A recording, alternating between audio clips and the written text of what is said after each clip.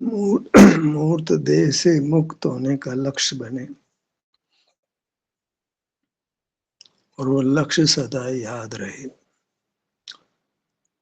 और उसका प्रयत्न हो। प्रयत्न क्या करना है इसकी खबर हो। ये सब घटक मिलते हैं तो फिर जीव देह के बंधन से मुक्त होता है, परमात्मा होता है। तो हम अपने देखें अपने चित्त में क्या घट रहा है। क्या हमको मूर्त देह से मुक्त होने का लक्ष्य है?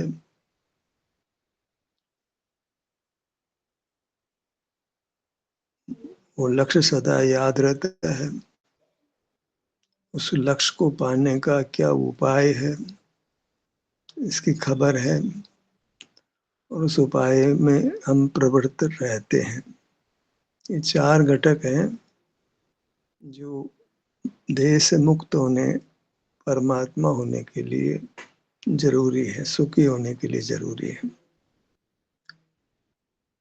मुझे मूर्त देह से मुक्त होना है क्योंकि ये बंधन है, बंधन में दुख होता है। मूर्त देह के बंधन से मुक्त होने के लिए कर्म बंधन से मुक्त होना है। उसका उपाय है अपने आभ्यंतर देह से युक्त रहना। आभ्यंतर देह से युक्त रहना है, ये निर्णय हुआ तो वृत्ति आभ्यंतर देह पर आती है। इसके किसी भी भाग पर आए ये महत्वपूर्ण नहीं है। बस लक्ष्य बने कि मुझे आभ्यंतर देह का आश्रय करना है, आभ्यंतर देह में स्थित होना है, आभ्यंतर देह का आलम्बन लेना है क्योंकि वह स्वद्रव्य है। मुझे स्वावलंबी होना है। तो परावलंबन छूटेगा तो मूर्त देह का बंधन छूटेगा। जब तक परावलंबन रहेगा मूर्त देह का बंधन रहेगा। मूर्त देह का बंधन रहेगा तो दुख रहेगा। और आभ्यंतर अमूर्त देह हमारे को सदा उपलब्ध है, इसलिए इसका अवलंबन कर सकते हैं। खुद तो खुद रहेगा ना, आभ्यंतर देह का मतलब खुद ही है, आप ही है। ये लेकर आए तो यही लेकर जाएंगे। जो भी कोई जीव जाता है वह अपने शरीर को, आभ्यंतर शरीर को लेकर जाता है। फिर भले आकार बदलता है और लेकर जाता है, लेकर ही आता है। पूर्व देह के आकार को लेकर आता है, नई देह बनती तो आकार बदलता है, पर देह सदा रहती है। संसार अवस्था में देह के बिना नहीं रहता है। मुक्त अवस्था में भी देह तो है पर आकार इंद्रियों वाला नहीं है। देह के बिना तो जीव कभी नहीं है, वो उसका स्वरूप है। शरीर है वो उसका स्वरूप है। शरीर का नाम बहुप्रदेशी मन बड़ा होना है, परमाणु जैसा नहीं होना है। संसार अवस्था में वह देह इंद्रियाकार होती है। मनुष्य काय का बल के लिए कोई काय की आकृति होती है।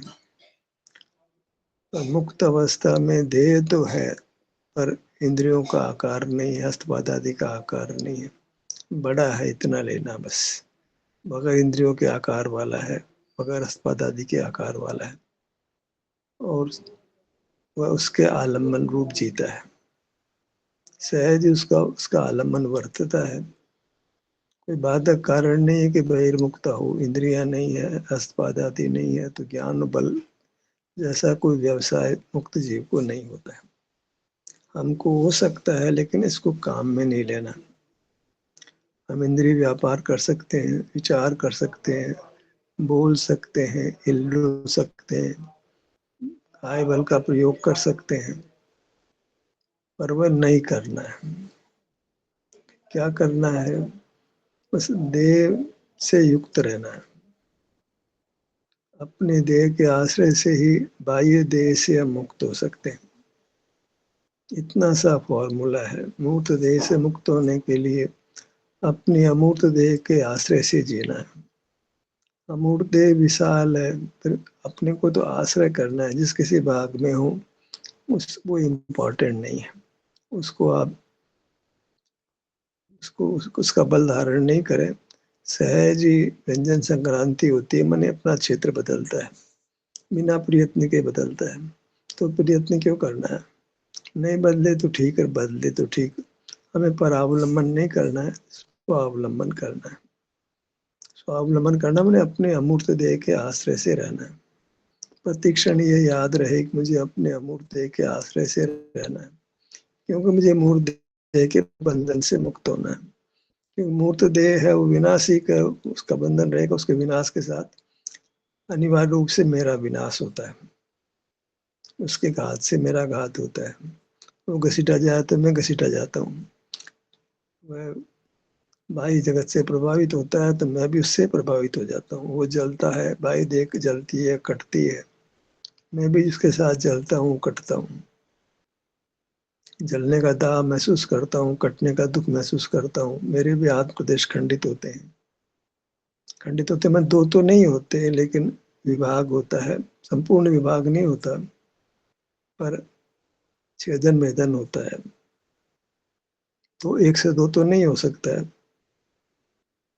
पर खंडित होता है, पार्शियली खंडित होता है, और उससे पीड़ा होती है।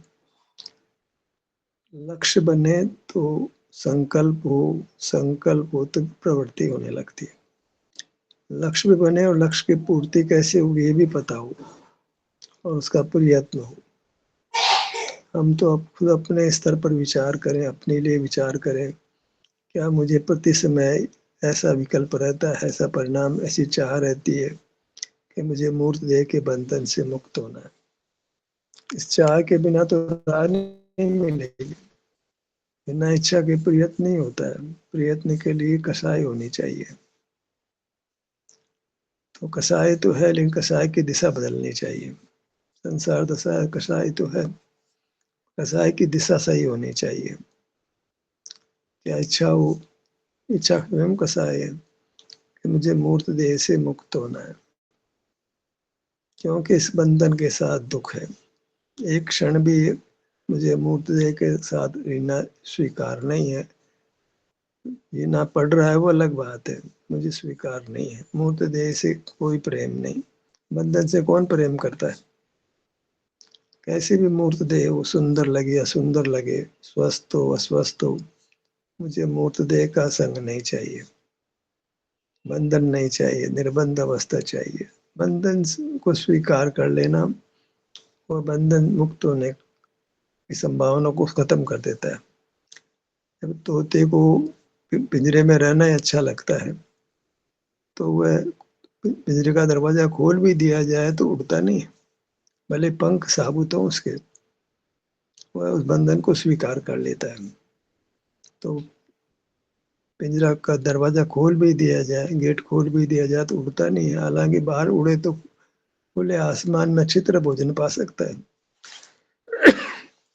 जो तोते बंधे नहीं है वे कोई मरते नहीं, सुख से जीते हैं, स्वाधीन से ज्यादा बेहतर जीते हैं। जहाँ चाहे उठ सकते, जो चाहे खा सकते हैं। पिंजरे में तो बंधन में भी रहना पड़ता है, जब चाहे तब खा भी नहीं सकते हैं, जो चाहे खा भी नहीं सकते हैं। जो दे दिया जाए वही खाना पड़ता है, जिस समय दिया जाए उस समय खाना पड़ता है, पर वो बंधन को स्वीकार कर लेता है। पशु पक्षी जिनको भी पाल लेते हैं तो उनको हम भोजन देते हैं, तो वे उसको बंधन को आत्मसात कर लेते हैं। पशुओं को पक्षियों को पालते हैं, उनको हम बांधते नहीं है तो भी वे हमारे घर आते हैं। अपने अपने घर को बंधन को स्वीकार कर लेते हैं। जहाँ वो बाहर नहीं जा सकते हैं, गेट बंद कर दिया जाता है। जाने के लिए मालिक की इंतजार करनी पड़ती है, वो खोले तब जाएंगे। खुला जीवन नहीं जी सकते हैं, उसको आत्मसात कर लेते हैं। हमने भी इस देह में रहने को आत्मसात कर लिया है। ऐसा भाव ही नहीं पैदा होता है कि देह से मुक्त हूँ। देह में खाने का सुख मिलता है, देखने का सुख मिलता है, सूंघने का, चखने का, छूने का, विचार करने का, बोलने का, इतने सारे सुख मिलते हैं। तो हम इस बंधन को स्वीकार कर लेते हैं। अच्छा है, मैं गा लेता हूँ, बोल लेता हूँ, हिल-डुल लेता हूँ, खा पी लेता हूँ, सो आराम से सो लेता हूँ, काम काज कर लेता हूँ, अपना पेट स्वयं भर लेता हूँ, कमा लेता हूँ, तो संतोष है। कोई दिक्कत नहीं है मुझे मूर्त देह के साथ में, तो उपाय नहीं होगा। प्राय संतुष्ट हो जाते हैं, अच्छी आजीविका है, व्यापार अच्छा चलता है, परिवार अच्छा है, काय के लिए उपाय करना, सब प्रकार से अच्छा हूँ, अच्छा नहीं हो तो अच्छा हो जाऊंगा, प्रयत्न करूंगा, बीमार है तो इलाज करा लूंगा, ऐसे ही कमी है तो व्यापार कर लूंगा। मूर्त देह से मुक्त होने की भावना प्राय जीवों को नहीं होती है। दुखों से मुक्त होना चाहते हैं पर बंधन से मुक्त नहीं होना चाहते। बंधन को तो अपना स्वरूप ही मान लिया, मेरा वजन इतना है, मैं गोरा हूँ, मेरी हाइट इतनी है। उस मूर्त देह के बंधन को उन्होंने सबने अपना स्वरूप ही मान लिया। तो स्वरूप को कौन मिटाना चाहता है? मिट जाता है मरने पर, अलग बात है, वो मिटाना तो नहीं चाहता है। बराबर अपने रूप को, उदकल के रूप को अपना रूप मानता है, आभ्यंतर रूप है उसको पहचानता ही नहीं है। आभ्यंतर देह मेरा रूप है, बाह्य देह मेरा रूप नहीं है, तो आभ्यंतर देह से मुझे युक्त होना है। तो मुझे बाह्य देह से जो सुंदर है तो भी उससे मुक्ति मिल जाएगी।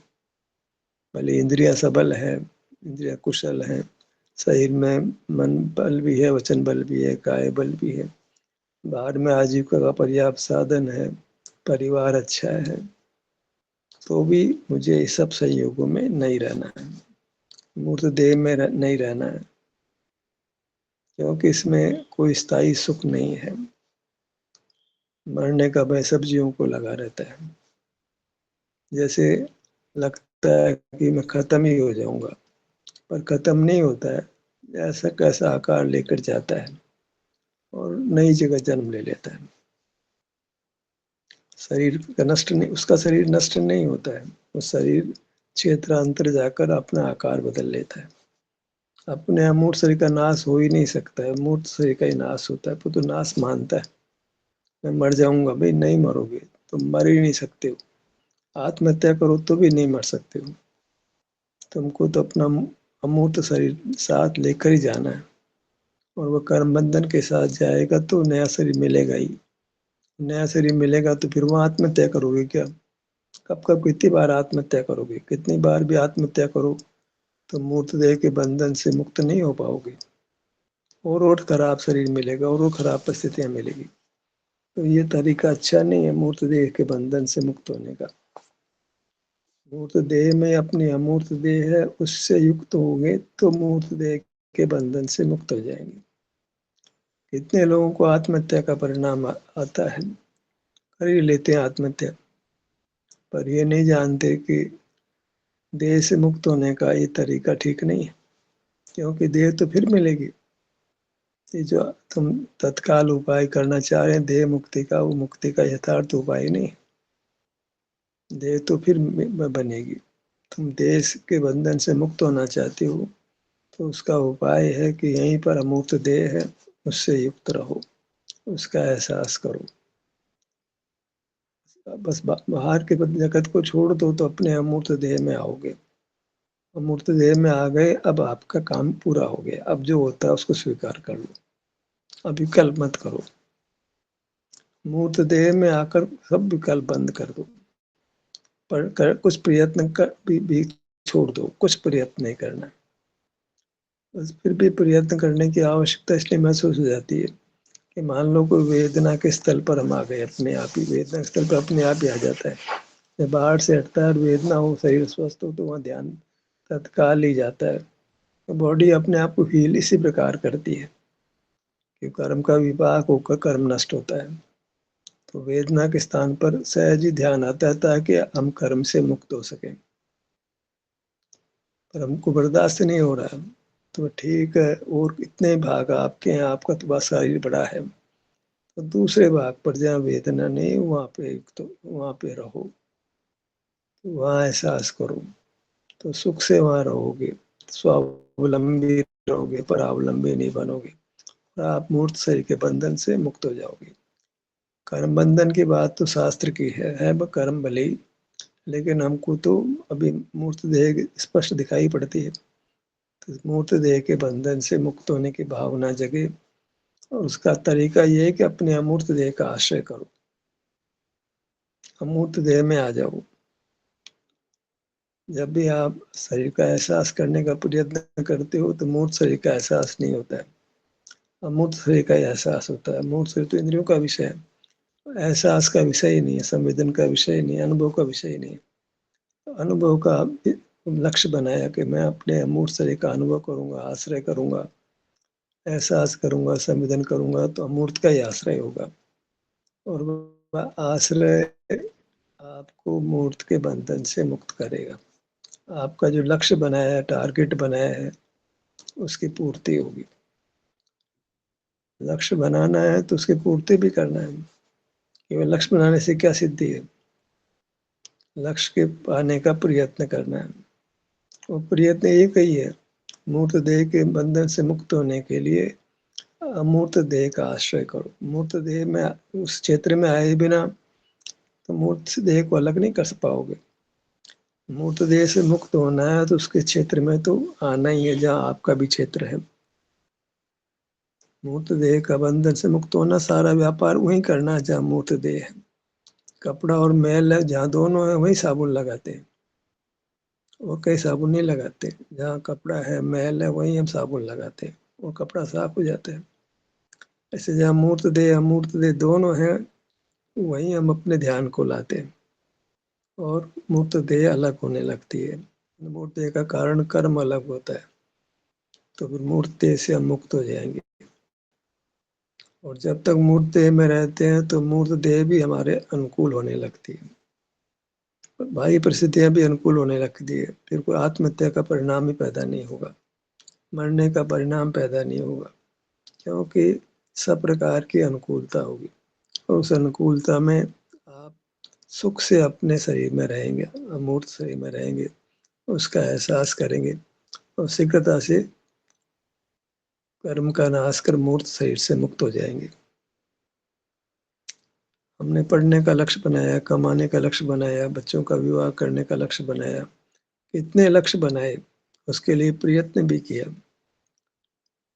पर एक ही लक्ष्य बनाना था, अपने को मूर्त शरीर के बंधन से मुक्त करना। अनेक लक्ष्य बनाने से काम नहीं बनेगा, तो ये लक्ष्य गौण हो जाएगा। और लक्ष्य तुमने जन्मदिन में बहुत बार बनाए, उसका प्रयत्न भी किया तो प्रयत्न होने लग जाएगा। एक ही लक्ष्य बनाना है, दूसरा लक्ष्य बनाना ही नहीं है। दूसरा ठीक है, आवश्यकता के अनुसार प्रयत्न हो जाएगा, पर लक्ष्य तो एक ही हो कि मूर्त शरीर के बंधन से मुक्त होना है। निरंतर स्मरण रहे। उसके लिए क्या करना है कि वहीं अपने को, जहाँ मूर्त शरीर है वहीं अपने को ठहरना है। आंखों से नहीं, एहसास से, तो अपने अमूर्त शरीर का एहसास होगा और उससे ही हम मूर्त के बंधन से मुक्त हो जाएंगे, परमात्मा हो जाएंगे। परमात्मा तो होंगे जब होंगे हमारा को सुख अनुभव में आएगा, सुख बढ़ेगा, हम अनंत सुख के आगे, असीम सुख के नजदीक पहुंचेंगे, पर सुख मिल जाएगा। ऐसा नहीं होता कि तत्काल ही पूर्ण सुख हो जाए, क्रम से ही सुख बढ़ता हुआ पूर्ण होता है। उस मोक्ष मार्ग में बढ़ता हुआ सुख है, तब मोक्ष मार्ग कहलाता है वो। जैसे कहीं गंतव्य पर की ओर जाते हैं तो गंतव्य के नजदीक आते जाते हैं, चलते हैं ना, तो रास्ता कवर करते हैं और मुक्ति के, मतलब गंतव्य के निकट पहुंचते हैं, निकट पहुंच फिर गंतव्य तक पहुंच जाते हैं। ऐसे ही पूर्ण सुख पाने के रास्ते में सुख बढ़ता जाता है और एक समय पूर्ण सुखी हो जाते हैं। मार्ग में सुख बढ़ता है,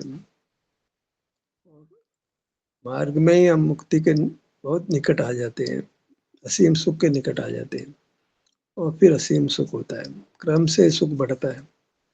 उसके लिए उपाय एक ही है कि मूर्त देह के बंधन से मुक्त होने के लिए अपने अमूर्त देह से युक्त होना, उसका एहसास करना, संवेदन करना।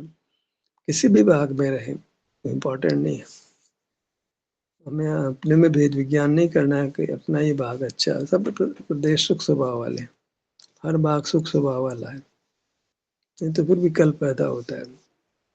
बस जितना क्षेत्र है वो हमारे अनुभव में आता है और एक बार में पार्शियली आता है, पूरा नहीं आता है। तो जितना आता है उतना अनुभव कर लेना है और फिर सहजी वृत्ति विचरण भी करती है, क्योंकि एक भाग से कर्म से मुक्त होते हैं, दूसरे भाग का भी, कोई भी दूसरा भाग अस्वस्थ है तो वहां भी अपना ध्यान जाएगा और उस पर वो शरीर स्वस्थ होगा। बॉडी में एक सिस्टम है, वो अपने आप को हील करती है। तो जहाँ जहाँ शरीर अस्वस्थ है वहाँ आपके ध्यान वहाँ जाता है और वह शरीर ठीक होने लगता है। दूसरे भाग को, तीसरे भाग, ऐसे शरीर अपने आप को हील करता है। हील करने की ये विधि है, एक साथ पूरा हील नहीं कर पाता है, थोड़े थोड़े भाग से अपने शरीर को, अपना शरीर ठीक करता है। और उसका तरीका यही है कि वहाँ संवेदना जागृत होती है, आपका ध्यान वहाँ जाता है और आप कर्मों के बंधन से मुक्त होने लगते हैं। तो शरीर में वेदना होती है तो आकुल व्याकुल नहीं होना है, तो शुद्धि का प्रकार है, शुद्धि का तरीका है। शुद्धि के तरीके से बैर थोड़ी करना है, शुद्धि का तरीका तो चाहिए हमारे को, शुद्धि तो चाहिए। तो सहज ही ऐसी व्यवस्था बनी है कि शरीर में वेदना होती है, वहाँ आपका ध्यान जाता है और आप बंधन से मुक्त होते हैं। तो वेदना हो तो उसको मुक्ति के मार्ग में एक सहकारी जानना, उससे भी आप कर्मों के बंधन से मुक्त होते हो। भले ही दुख से मुक्त होते हो पर मुक्त होते हो, वितरागता का सुख तो मिलता ही है। पर हमको चुनाव भी है कि जिस भाग में वेदना नहीं उस भाग का एहसास कर ले तो हम सुख से मुक्त होंगे। तरीका यही है कि शरीर का एहसास हो, अपने आप हो या करें। मार्ग का एक ही प्रकार है, सुखी होने का एक ही प्रकार है, शरीर का एहसास हो, अपने आप हो या करे, एहसास होना चाहिए। पर अपने आप तो बहुत समय तक नहीं हो सकता है, यत्न से ही निरंतर बनेगा। अपने आप तो थोड़ा ठीक होते ही हमारा ध्यान वहां से हट जाएगा और बाहर में हम काम करने लग जाएंगे, इंद्रिय व्यापार करने लगेंगे। तो अपने आप तो कुछ तीव्र वेदना में अपने आप आते हैं। जैसे थोड़ा सा स्वास्थ्य अच्छा होता है, हम आजाद हो जाते हैं बाहर जाने के लिए, बाहर रहने के लिए।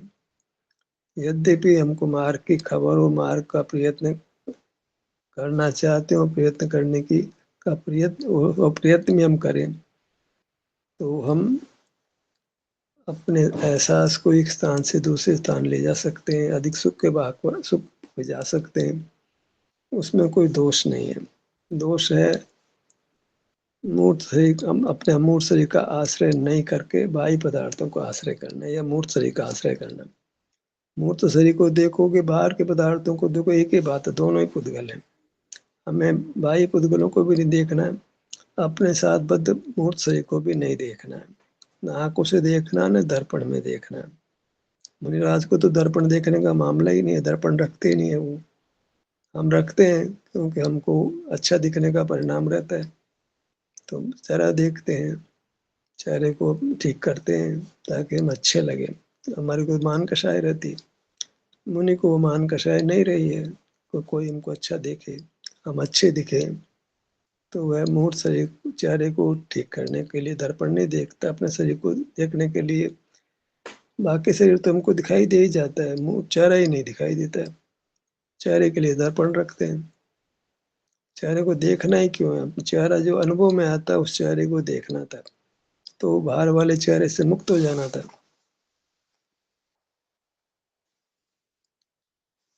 क्या करना है, तो मार्ग बहुत संक्षिप्त है। क्या लक्ष्य बनाना है, मुक्त होने का लक्ष्य बनाना। तो मुक्ति का क्या स्वरूप है, मूर्त देह से मुक्त होना। उसका उपाय क्या है कि वही एक शरीर है जो अमूर्त है, एहसास में आता है, जहाँ मूर्त शरीर वहीं पर ही, तो हमारा कार्य क्षेत्र मूर्त देह का क्षेत्र ही होगा, क्योंकि वही हमारे अमूर्त देह का क्षेत्र है। सारा काम मूर्त देह के क्षेत्र में करना है, जो हमने इंद्रियों से जाना हुआ है, हमारे परिचय में है, तो वहीं आते हैं हम। तो उसके हर भाग में हम प्राथमिक स्थिति में आने का प्रयत्न करते हैं, फिर अभ्यास हो जाता है तो फिर हम उससे भी मुक्त हो जाते हैं। जहाँ जिस भाग में एहसास हो जाए उसको हम स्वीकार कर लेते हैं। पर प्राथमिक स्थिति में तो यत्न पूर्वक ही हम अपने ध्यान को अपने विभिन्न भागों पर लाते हैं। मन चंचल इसी प्रकार समाप्त होता है। अंगों के नाम का विकल्प करते हैं तो हमारा ध्यान उस अंग पर जाता है, बाहर के ध्यान से हटते हैं और हमको अच्छा भी अनुभव होता है, और इसी विधि से हम कर्म के बंधन से मुक्त होते हैं। तो ये प्राथमिक भूमिका में तो बहुत मदद करता है। जब कमजोर स्थिति या अभ्यास नहीं है तो अंगों का नाम जपते हैं तो सहज ही वहाँ ध्यान जाता है, तो बाहर के शरीर से और बाह्य पदार्थों के ध्यान से हम मुक्त हो जाते हैं। फिर प्राथमिक स्थिति में तो वह होता ही है कि हम सहज ही जप शुरू हो जाता है, एक एक अंगों का नाम मन में लेते हैं, ध्यान में ले जाते हैं और हमको अच्छा लगता है। मार्ग अधिक अधिक निर्मल होता जाता है। अंतोगत्वा बस एक लक्ष्य रह जाता है, बस कि मुझे बाहर की दुनिया से नहीं जुड़ना है, अपने मूल शरीर से नहीं जुड़ना है। तो अपने आप ही वो अपने अमूर्त शरीर में होता है और किसी भाग में होता है उससे वो निरपेक्ष हो जाता है, विकल्प भी नहीं करना पड़ता है, अंगों का नाम भी नहीं लेना पड़ता है। बस सहज ही शरीर के जिस किसी भाग में उसमें रहता है, संतोष रहता है। इसी विधि से मैं मूर्त के बंधन से मुक्त हो जाऊंगा और अच्छा धीरे धीरे क्रम से अधिक अच्छा एहसास होता है। अब उसको शब्दों में नहीं कह सकते। सुख ऐसी चीज है, इसको व्याख्या नहीं कर दे सकते हम। कैसा सुख हुआ, कितना सुख हुआ, वो जीव खुद ही महसूस करता है कि मैं जैसे शरीर का एहसास करता हूँ, मुझे उत्तरोत्तर अधिक सुख अनुभव में आता है। अधिक के अलावा कुछ नहीं कर सकते। बस पहले सुख कम था, अब सुख अच्छा और अधिक और अच्छा लग रहा। अच्छा सुखद का मतलब कि अच्छा लगना। अब शरीर में अनुभूति पहले से अधिक अच्छी लग रही है, पहले से अच्छा अनुभव को मतलब अच्छा सुख लग रहा है। उसको अच्छा बोलो, सुख लग रहा है। कैसा सुख है उसकी व्याख्या नहीं हो सकती। बाहर में मूर्त का ही तो कोई व्याख्या कर सकते हैं कि कैसा मीठा है।